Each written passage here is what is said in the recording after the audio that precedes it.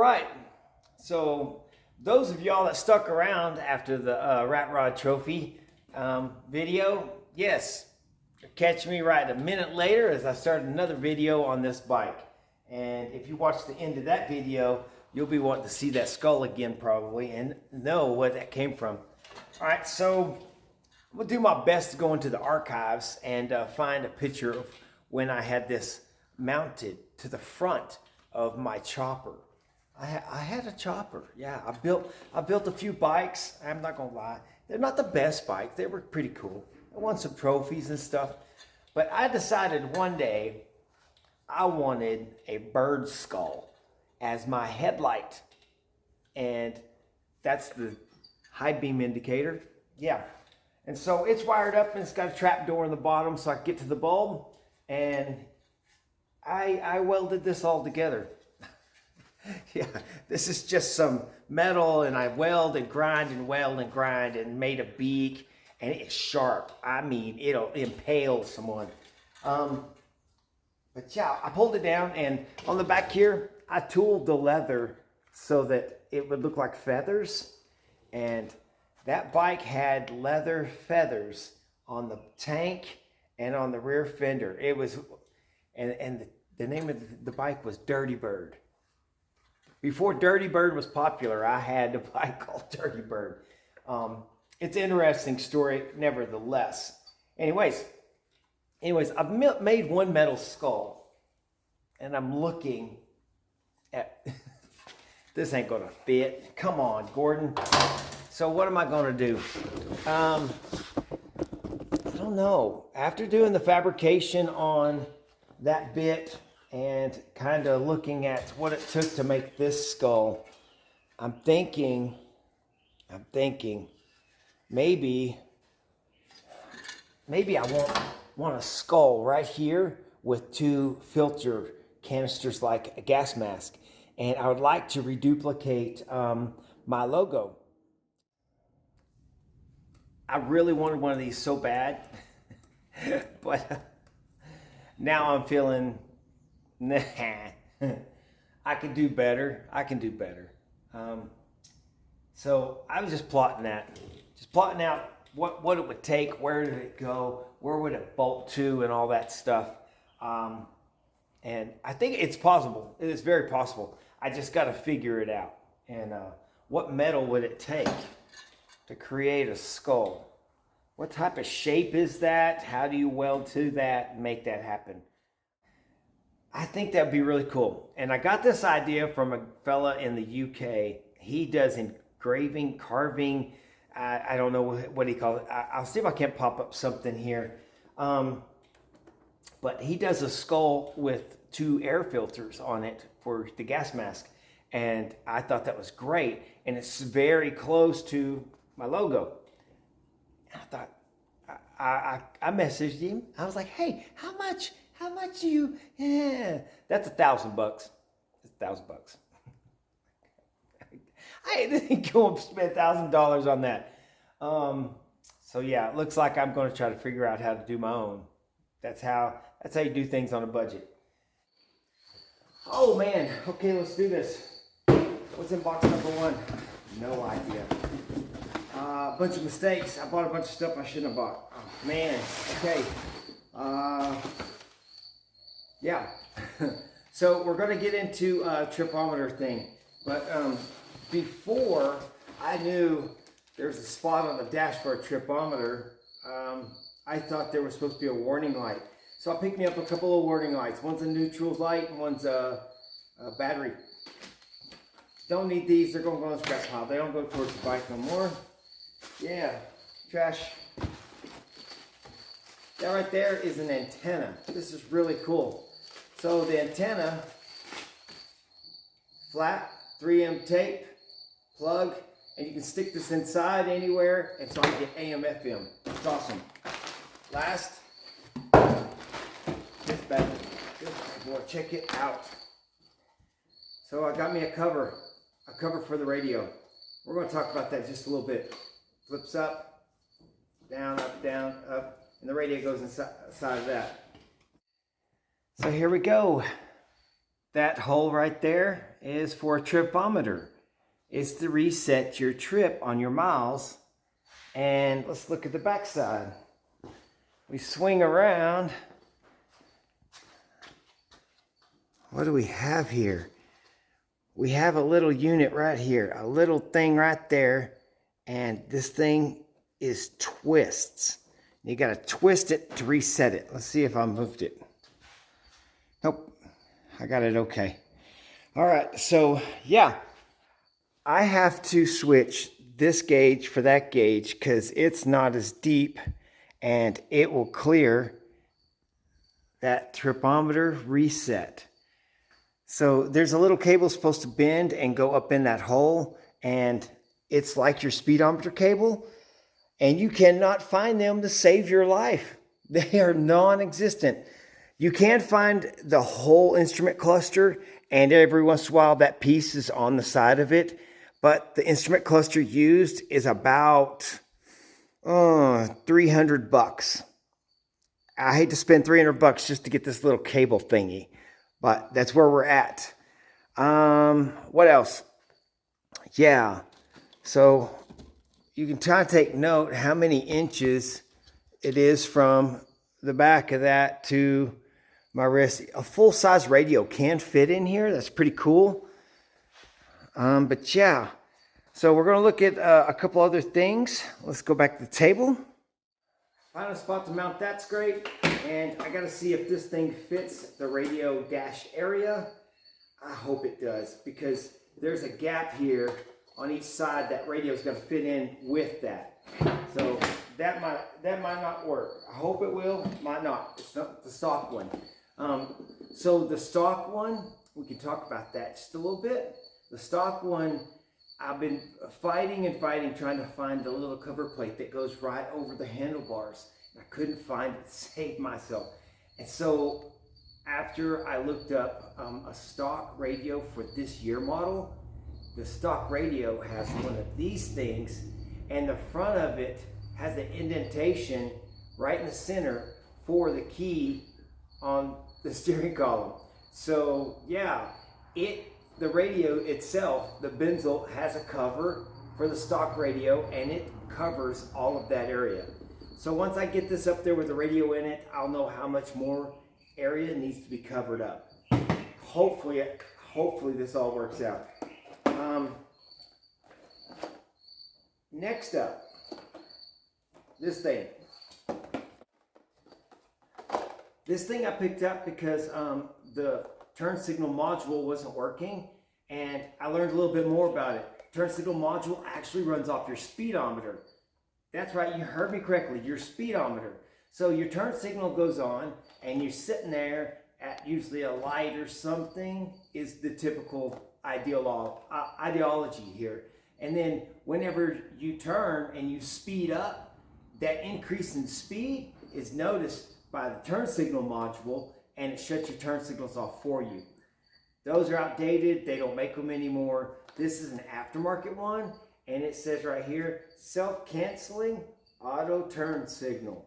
It's a plug and play just for this year model. So this should just go snip and my turn signals work. We'll plug it in and we'll find out in this episode, I hope. All right, what's next? We've got this thing, the big surprise, but this dusty old box been sitting on my shelf for a while. I picked up 2 of these.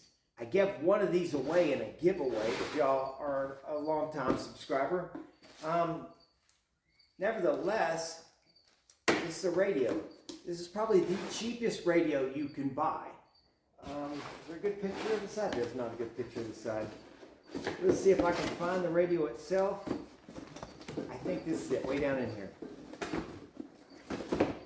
Right here. The radio. It's a car radio, right? Let me make sure this is the car radio. This is the car radio. And I know what you're thinking. That's not the radio, that's just the faceplate. Right? No. This is the radio. Look how shallow that is. I'll get closer for you. Yeah, this is where the things plug in. Here's some RC jacks for the speakers. This is for the antenna. Yep. That is the whole radio. Let me see. Is this a removable face? I do not know. I don't think so. I don't think it matters much, but I kind of liked it and I thought it was really unique. Anybody that's got a C3 Corvette knows your radio can only be about that long, and they're like $400. But this radio from Walmart was $39 with speakers. I'm not kidding. All the hardware, speakers, what is this? Yeah, speaker. The rest of this is speakers. And this is the wiring harness. $39. The smallest radio known to man right there. Let me make sure. Yep, antenna plugs right in that hole. Perfect. It doesn't even look like it's supposed to. Look how skinny. You see how deep that, yeah, it fit in there. That whole thing fit in there. Yeah, all right, that's amazing. I hope this fits in this. Let's see. I'm looking. Wow, look at that. It just hides right in there. Bam, all done. This is going to be the easiest install. Look how shallow. This double stick tape for regular radios to stick to the radio, it's not even going to reach that. That's crazy. Yeah.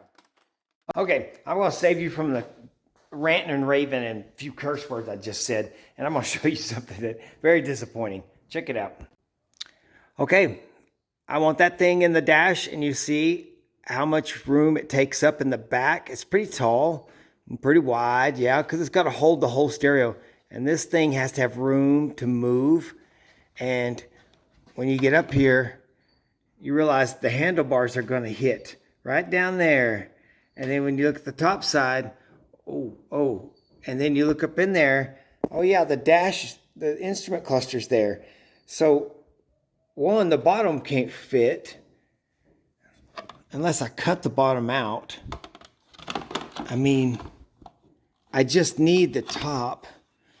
But there's, yeah, no, I can't, because I've got to have this spot right here for the radio to mount to. Yeah, all that's in the way. It's way too big. This is great for something when you got a great big box of a dash, but when you're on a motorcycle, that's not going to work. But the radio does fit in there quite nice. Yeah, not much room side to side. It's close. It's close. It needs to drop down just a hair. Now, this radio is not going to be waterproof like this, but yeah, what am I going to do here? So I want the radio to be about right there. I'm going to give myself a little gap up top and on the bottom. So I need a plate. I need a metal plate to go on there to cover and fill that gap. Fill the gap around the radio and right there where the handlebars need to be covered up.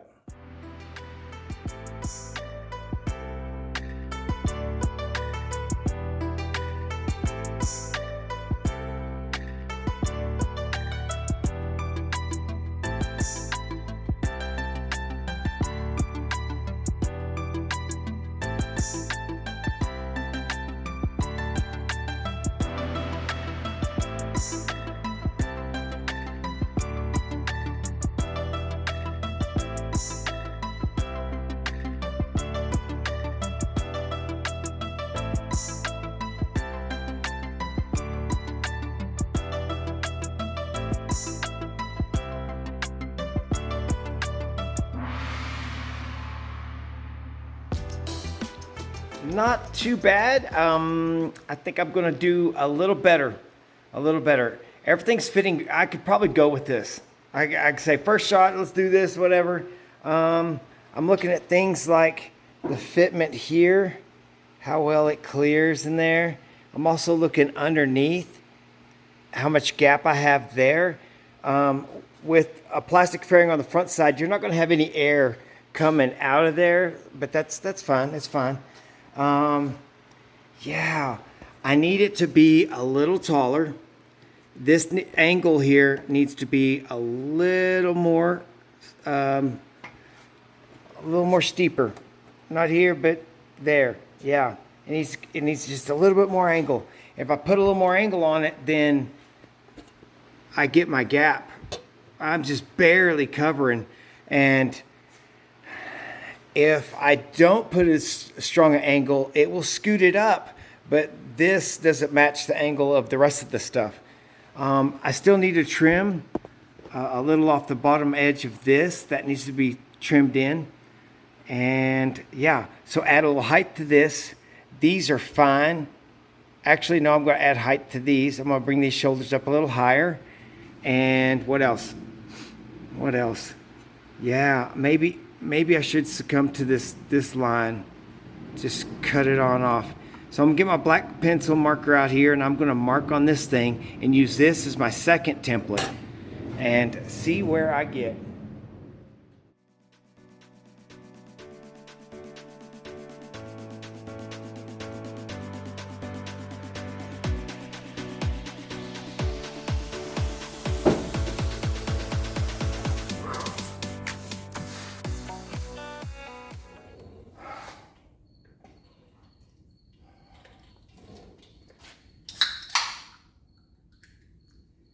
Welcome back to Gord's Garage, where I slowly lose my ever-loving mind. I don't know what happened.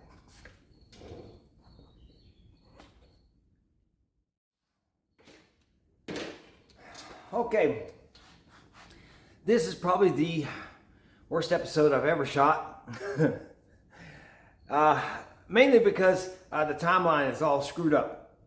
So, yeah, I started this episode like 4 weeks ago. So where do we stand? I've already talked to you about the carburetor, the skull thingy. I've done a lot of stuff off camera here, and I've got myself run down a one-way road, and I can't seem to find my way off of it. All right, let me explain a little bit here. All right, sit there. This is the frame that goes around the stereo. And I tried my best to use the closed door one. Way too big, won't fit. We figured that out early. So I said, let me go back to the original one I bought. I bought another one, and it's just a little tinted glass cap that goes over the face of the stereo. You take it off, you put it on, take it off, put it on. I was like, that's pretty sketchy on a bike that vibrates a lot. Well, it doesn't just fit any stereo. It turns out you have to buy this piece for it to go onto. It's got the lip made for that. Perfect. All right. So I bought this because whenever I went back and looked at it on Amazon, it showed people also buy this thing when they buy that thing. And I was like, oh, I need that piece too. So this thing does not fit in here. So that means I got to cut this open more, blah, blah.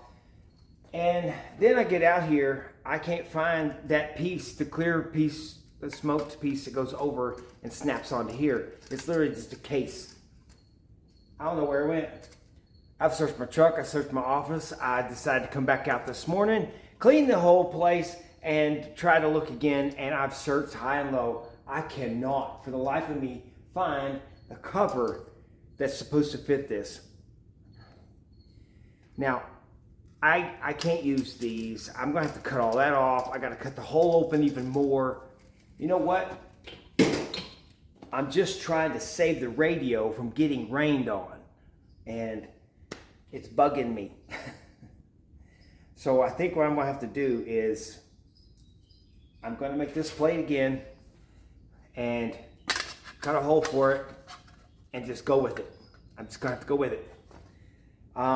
So that means I'm going to go with this, and I'm going to have to do something.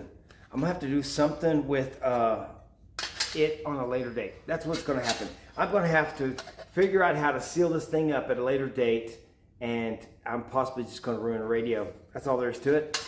That's all there is to it. Any suggestions, comments down below, what you could do to help save a radio from getting rained on and all that other good stuff? I don't know. I have no idea. what I'm gonna do. Maybe I can just a little deflector shield. I have no idea.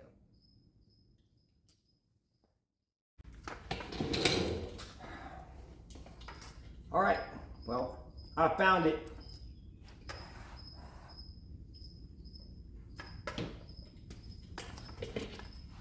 All that work to look for this little clear plastic thingy to find out it don't fit this thingy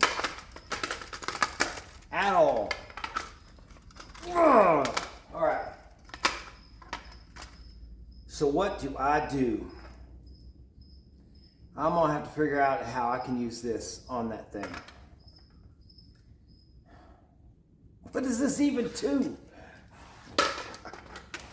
All right, let me see what I can make to make this go over that thing.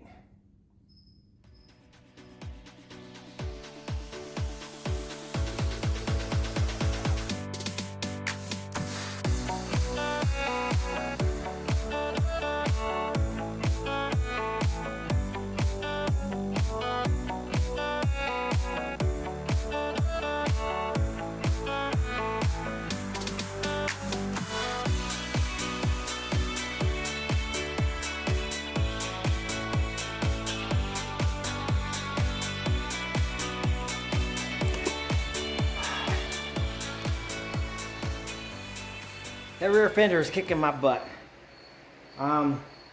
So the fender has a hole here in it for the end of this, I guess. I don't know. And then there's a hole here in the fender for this, I guess. And then I got to looking and I realized back on this side, right up underneath there, the fiberglass job they did on this covered up a hole. And that's the hole that allows the wiring to the taillights to come down along the side and then turn in and get into here.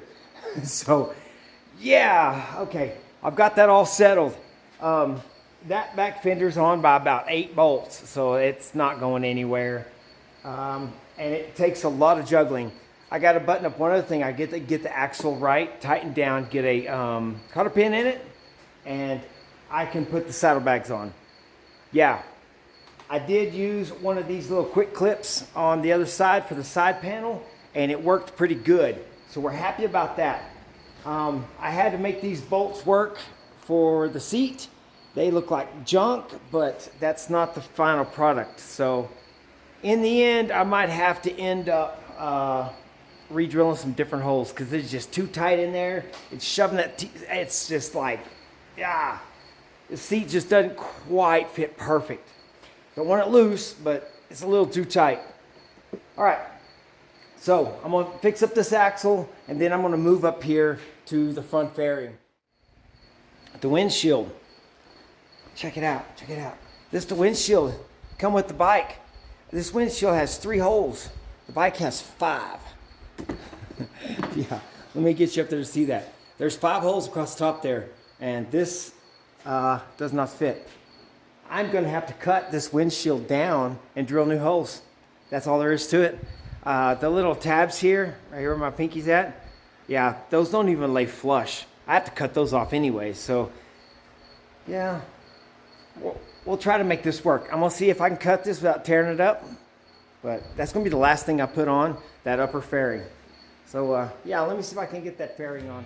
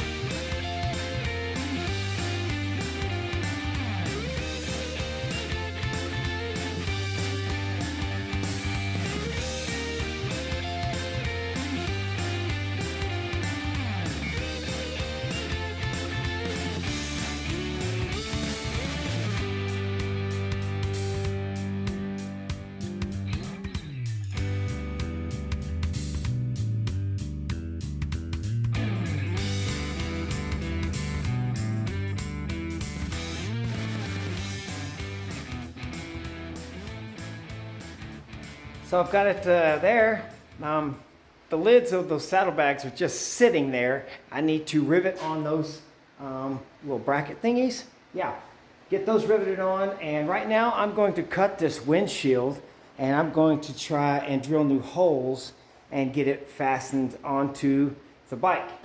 I think that's the last thing. Let me see what else is up there. Those two are done. Those two are on. Headlights on. Yeah, just those 5 bolts across the top is the bolts that hold that front fairing on. So let me see if I can get that done. All right, you see about how much I trimmed off? I do about that much off the bottom. Let's see how this fits in there now.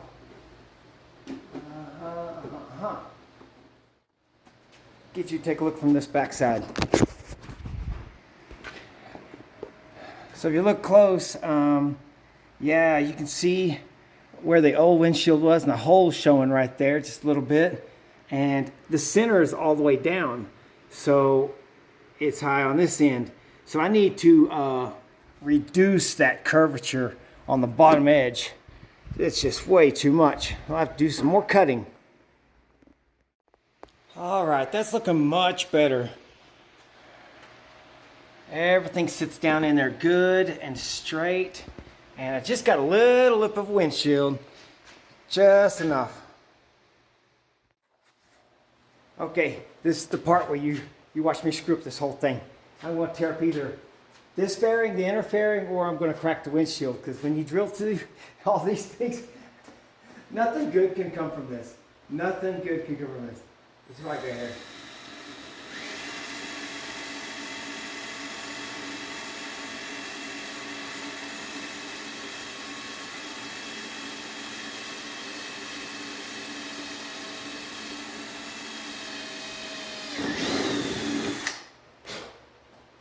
So far, so good. 1 down, 6 more to go.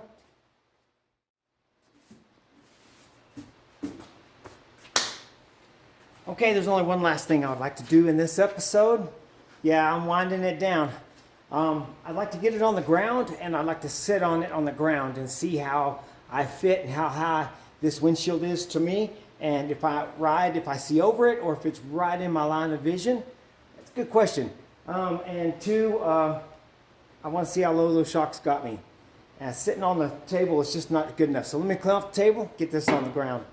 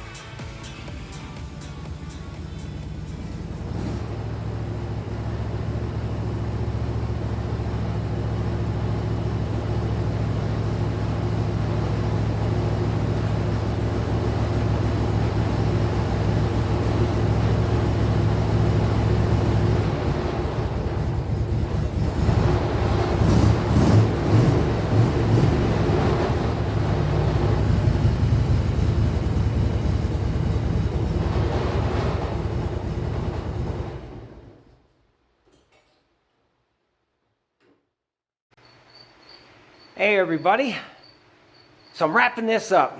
All right, I've got the bag started. I've got to get the rest of the hardware on. Got some of it on, got the locks on. Yeah, but I need a bunch of rivets to get that finished up. I need bolts for that windshield, and I need to put the front fender on, front brakes, bleed the front brakes, get a license plate on, and this thing's gonna go down the road. Catch me on the next episode. We're gonna get out there on the street. Y'all have a good weekend.